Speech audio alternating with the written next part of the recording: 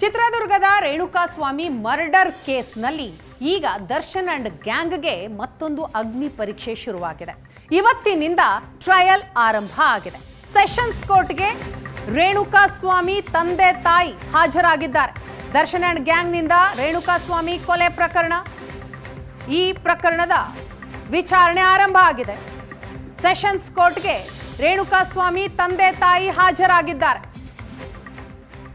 ರೇಣುಕಾಸ್ವಾಮಿ ತಂದೆ ಕಾಶಿನಾಥಯ್ಯ ಹಾಗೂ ತಾಯಿ ರತ್ನಪ್ರಭಾ ಇವತ್ತು ಸಾಕ್ಷಿ ನುಡಿಯಲಿದ್ದಾರೆ. ಇನ್ನು ವಿಡಿಯೋ ಕಾನ್ಫರೆನ್ಸ್ ಮೂಲಕ ದರ್ಶನ್ ಮತ್ತು ಪವಿತ್ರ ಹಾಜರಾಗಿದ್ದಾರೆ. ಕೇಸ್ಗೆ ಸಂಬಂಧ ಪಡೆದವರನ್ನ ಹೊರಗಿಟ್ಟು ಕೋರ್ಟ್ನಲ್ಲಿ ವಿಚಾರಣೆ ನಡೀತಾ ಇದೆ. ಇನ್ ಕ್ಯಾಮೆರಾ ಪ್ರೊಸೀಡಿಂಗ್ಸ್ ಮಾಡಲು ಕೋರ್ಟ್ ನಿರ್ಧಾರವನ್ನ ತೆಗೆದುಕೊಂಡಿದೆ. ಈ ಬಗ್ಗೆ ಡೀಟೇಲ್ಸ್ ಕೊಡ್ತಾರೆ ನಮ್ಮ ಬೆಂಗಳೂರು ಬ್ಯೂರೋ ಹೆಡ್ ರಮೇಶ್. ಇದೀಗ ನಮ್ಮ ಜೊತೆ ನೇರ ಸಂಪರ್ಕದಲ್ಲಿದ್ದಾರೆ. ರಮೇಶ್, ಮರ್ಡರ್ ಕೇಸ್ನಲ್ಲಿ ದರ್ಶನ್ ಅಂಡ್ ಗ್ಯಾಂಗ್ಗೆ ನಿಜಕ್ಕೂ ಕೂಡ ಮತ್ತೊಂದು ಟ್ರಬಲ್ ಇದು. ಈಗ ವಿಚಾರಣೆ ಕೂಡ ಆರಂಭ ಆಗಿದೆ. ಏನಾಗ್ತಾ ಇದೆ ಸದ್ಯ ಕೋರ್ಟ್ನಲ್ಲಿ?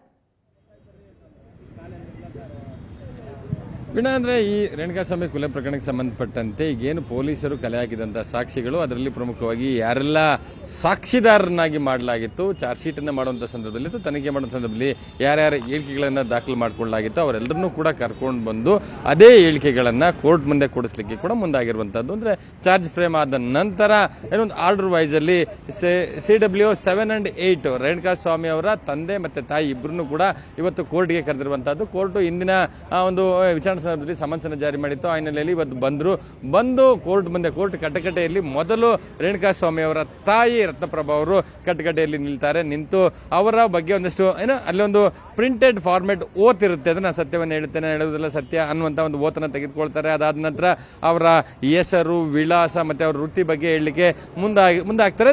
ಜಡ್ಜ್ ಅವರು ಕೇಳಿದಂಥ ಪ್ರಶ್ನೆಗಳಿಗೆ ಸಂಬಂಧಪಟ್ಟಂತೆ ಮಾಹಿತಿಯನ್ನು ಕೊಡ್ತಾರೆ. ಈ ಸಂದರ್ಭದಲ್ಲಿ ದರ್ಶನ್ ಪರ ಹಾಜರಾಗಿದ್ದಂಥ ಹಿರಿಯ ವಕೀಲ CV ನಾಗೇಶ್ ಅವರು ಜಡ್ಜ್ಗೆ ಒಂದು ಮನವಿಯನ್ನು ಮಾಡ್ತಾರೆ. ಅಂದ್ರೆ ಈ ಒಂದು ಪ್ರಕರಣದ ಅಂದ್ರೆ ಪ್ರೊಸೀಡಿಂಗ್ಸ್ ಏನಿದೆ, ಅಂದ್ರೆ ಈ ಒಂದು ಟ್ರಯಲ್ ಇದೆ, ಟ್ರಯಲ್ ಇನ್ ಕ್ಯಾಮ್ರಾ ಪ್ರೊಸೀಡಿಂಗ್ಸ್ ಆಗಬೇಕು. ಅಂದ್ರೆ ಇನ್ ಕ್ಯಾಮ್ರಾ ಅಂದ್ರೆ ಈ ಪ್ರಕರಣಕ್ಕೆ ಸಂಬಂಧಪಟ್ಟವರನ್ನ ಹೊರತುಪಡಿಸಿ ಬೇರೆ ವಕೀಲರಾಗ್ಲಿ ಮತ್ತೆ ಬೇರೆ ಯಾರು ಕೂಡ ಕೋರ್ಟ್ನ ಆವರಣ ಅಂದ್ರೆ ಒಂದು ಹಾಲ್ನಲ್ಲಿ ಇರಬಾರ್ದು, ಎಲ್ಲರನ್ನು ಹೊರಗಳಿಸಬೇಕು ಅನ್ನುವಂಥ ನಿಟ್ಟಿನಲ್ಲಿ ಮನವಿಯನ್ನು ಮಾಡ್ತಾರೆ. ಆ ಮನವಿಯನ್ನು ಆಧರಿಸಿ ನ್ಯಾಯಾಧೀಶರಾದಂಥ IP ನಾಯಕ್ ಅವರು ಎಲ್ಲರನ್ನೂ ಕೂಡ ಹೊರ ಕಳಿಸಿ ಡೋರ್ನ ಕ್ಲೋಸ್ ಮಾಡಿ ಇನ್ ಕ್ಯಾಮ್ರಾ ಪ್ರೊಸೀಡಿಂಗ್ಸ್ ಅಲ್ಲಿ ಹೇಳಿಕೆಯನ್ನು ದಾಖಲು ಮಾಡ್ಕೊಳ್ತಾ ಇರುವಂತದ್ದು. ಅಂದ್ರೆ ಈವರೆಗೆ ಅವರ ತಾಯಿಯ ಹೇಳಿಕೆಯನ್ನು ದಾಖಲು ಮಾಡ್ಕೊಳ್ತಿದ್ದಾರೆ ಅಂತ ಮಾಹಿತಿಗಳು ಸಿಗ್ತಾ ಇರುವಂತದ್ದು. ಮತ್ತೆ ಅವರು ಪ್ರಮುಖವಾಗಿ ಇಲ್ಲಿ ಆ ತಂದೆ ತಾಯಿಯ ಪ್ರಮುಖವಾದಂಥ ಹೇಳಿಕೆ ಎಷ್ಟು ಪ್ರಮುಖ ಆಗುತ್ತೆ ಇದರಲ್ಲಿ ಅನ್ನುವಂಥದ್ದಾದ್ರೆ, ಹೌದು, ಅವತ್ತು ಸಾವನ್ನಪ್ಪಿರುವಂತಹ ವ್ಯಕ್ತಿ ಆತ ರೇಣುಕಾಸ್ವಾಮಿ ನಮ್ಮ ಮಗ ಇದ್ದಾನೆ, ಆತನನ್ನ ನಾವು ಐಡೆಂಟಿಫೈ ಮಾಡಿ ತೆಗೆದುಕೊಂಡು ಹೋಗಿ ಅಂತ್ಯಕ್ರಿಯೆಯನ್ನು ಮಾಡಿದ್ವಿ. ಮತ್ತೆ ಈ ಸಂಬಂಧಪಟ್ಟಂತೆ ಆ ಕಿಡ್ನಾಪ್ ಆದ ದಿನ ಮತ್ತೆ ಕಿಡ್ನಾಪ್ ಆದ ನಂತರ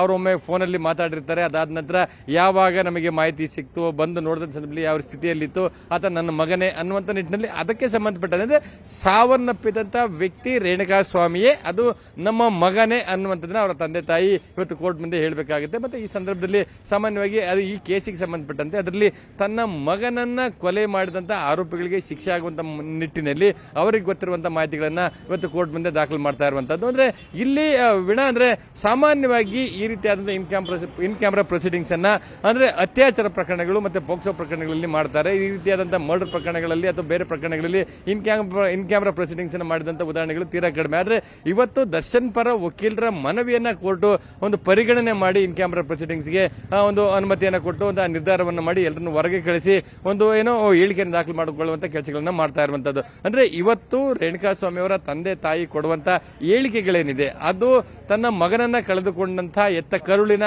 ಒಂದು ನೋವೇನಿದೆ, ಅವ್ರಿಗೆ ಗೊತ್ತಿರುವಂತಹ ಮಾಹಿತಿಗಳೇನಿದೆ, ಸಾಮಾನ್ಯವಾಗಿ ಒಂದು ಕೊಲೆ ಪ್ರಕರಣದಲ್ಲಿ ಪ್ರತಿಯೊಂದಕ್ಕೂ ಒಂದು ಸಾಕ್ಷಿಗಳನ್ನ ಮತ್ತೆ ಅದರಲ್ಲಿ ಸತ್ತಂತ ವ್ಯಕ್ತಿ ರೇಣುಕಾಸ್ವಾಮಿಯೇ, ಅದನ್ನ ನಾವು ನಮ್ಮ ಮಗ ಅನ್ನುವಂಥದ್ದನ್ನ ಗುರುತಿಸಿದ್ವಿ ಅನ್ನುವಂಥ ನಿಟ್ಟಿನಲ್ಲಿ ಅವರಿಗೆ ಇರುವಂತಹ ಮಾಹಿತಿಗಳನ್ನ ಹೇಳುವಂತ ಕೆಲಸಗಳನ್ನ ಮಾಡ್ತಾ ಇದ್ದಾರೆ. ಸೊ ಈ ಒಂದು ಏನು ಇಬ್ಬರ ಹೇಳಿಕೆ ಮತ್ತೆ ಅದಕ್ಕೆ ಕ್ರಾಸ್ ಎಕ್ಸಾಮಿನೇಷನ್ ಕೂಡ ಇವತ್ತು ಆಗಬೇಕಾಗಿರುವಂಥದ್ದು. ಸಾಮಾನ್ಯ 2 ಗಂಟೆಯವರೆಗೆ ಮುಂದುವರಿಯುವಂತಹ ಸಾಧ್ಯತೆಗಳಿರುವಂತಹ, ಆದ ನಂತರವೂ ಕೂಡ ಮಧ್ಯಾಹ್ನ 3 ಗಂಟೆ ನಂತರವೂ ಇದು ಮುಂದುವರಿಯುತ್ತೆ ಅನ್ನುವಂಥ ಮಾಹಿತಿಗಳಿರುವಂತದ್ದು. ಅಂದ್ರೆ ಸಾಧ್ಯವಾದ್ರೆ ಇವತ್ತು ಚೀಫ್ ವಿಟ್ನೆಸ್ ಏನಿದೆ, ಅವರು ಮೊದಲು ಆ ಯಾವುದೇ ವಿಟ್ನೆಸ್ಗಳು ಬಾಕ್ಸಿಗೆ ಬಂದು ನಿಂತ ಸಂದರ್ಭದಲ್ಲಿ ಅವರು ಹೇಳುವಂತದ್ರಿಂದ ಎಲ್ಲವನ್ನೂ ಕೂಡ ಹೇಳಿ ಹೇಳಲಿಕ್ಕೆ ಅವಕಾಶವನ್ನು ಮಾಡಿಕೊಡ್ತಾರೆ. ಅದಾದ ನಂತರ ಆರೋಪಿಗಳ ಪರ ವಕೀಲರು ಆ ಸಾಕ್ಷಿ ಕೊಡುವಂತ ಹೇಳಿಕೆಗಳೇನಿದೆ ಅದಕ್ಕೆ ಸಂಬಂಧಪಟ್ಟಂತೆ ಅವರೇನಾದರೂ ಕ್ರಾಸ್ ಕ್ವೆಶನ್ಸ್ ಅನ್ನ ಪಾರ್ಟಿ ಸವಾಲ್ ಅಂತಾರೆ, ಅವರು ಕೇಳುವಂತ ಯಾವುದೇ ಪ್ರಶ್ನೆಗಳಿಗೆ ಅವರು ಉತ್ತರವನ್ನು ಕೊಡಬೇಕಾಗುತ್ತೆ. ಹಾಗಾಗಿ ಇವತ್ತು ಒಂದು ಚೀಫ್ ಎಕ್ಸಾಮಿನ್ ಆಗಬಹುದು ಅಥವಾ ಪಾರ್ಟಿ ಸವಾಲ್ ಮುಗಿಯುವಂತ ಸಾಧ್ಯತೆಗಳು ಕಡಿಮೆ ಇರುವಂತದ್ದು.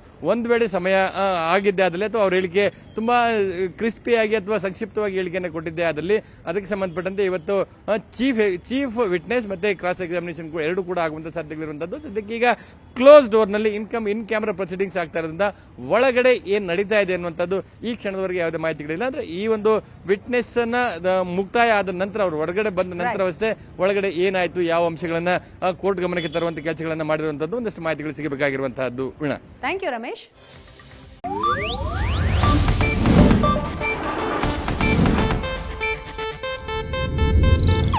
ಇದು ಏಷ್ಯಾನೆಟ್ ನ್ಯೂಸ್ ನೆಟ್ವರ್ಕ್ ಪ್ರಸ್ತುತಿ.